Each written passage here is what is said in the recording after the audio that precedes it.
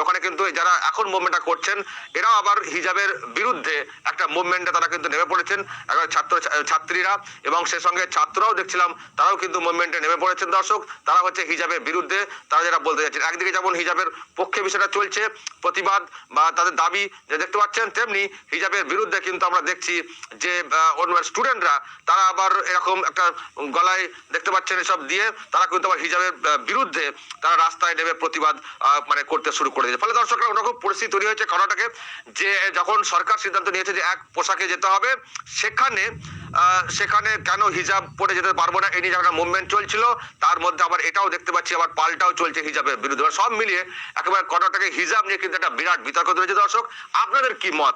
যে সিদ্ধান্ত কর্ণাটক সরকার নিয়েছে, যে কারণ নিয়েছে, যেটা বললাম দর্শক, নিশ্চয়ই আপনাদের এই সম্পর্কে কোনো মতামত থাকতে পারে, নাকি এটা সত্যি মৌলিক অধিকার মানুষের, কি পড়বো না পড়বো এটা কোনো একটা আঘাত হচ্ছে, কি বলবেন দর্শক? সত্যি যদি আপনার কোনো মতামত থাকে অবশ্যই কমেন্ট করবেন, কমেন্ট বক্সে নজর রাখবেন। আর